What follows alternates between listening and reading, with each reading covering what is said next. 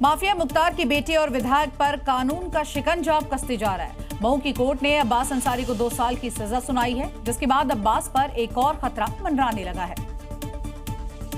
वो बयान जिसने तूफान ला दिया था, अब उसी बयान पर कोर्ट ने अब्बास अंसारी को सजा दी।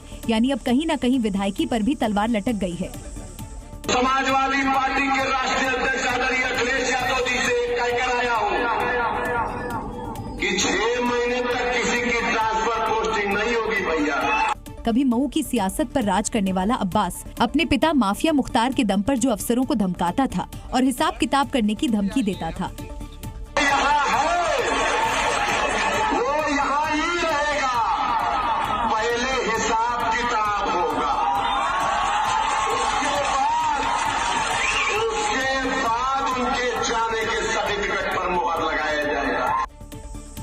आज वो कानून के शिकंजे में है और अदालत के फैसले से डरा हुआ है, क्योंकि इसी हेड स्पीच केस में पहले ही वो जेल में है।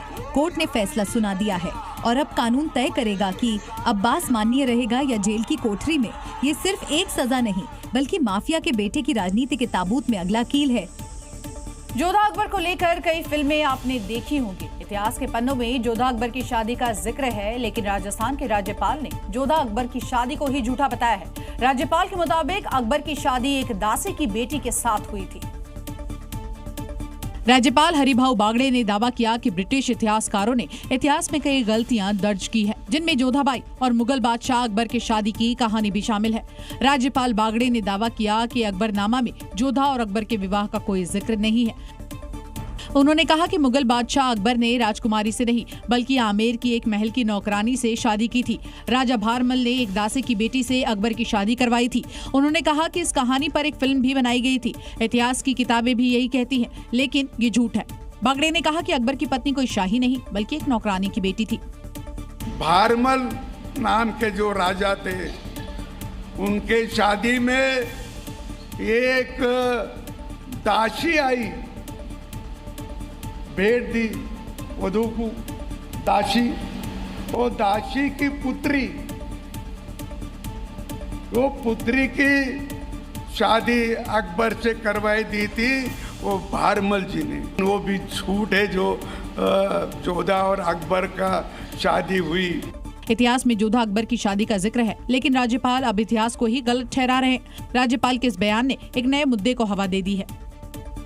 और देखिए, ईपीएफओ से पैसा निकालना जंग जीतने के बराबर होता है, लेकिन अब इस प्रोसेस को और भी आसान बनाने की तैयारी चल रही है। ईपीएफओ से पैसा निकालना अब एटीएम से पैसे निकालने जितना ही आसान हो जाएगा।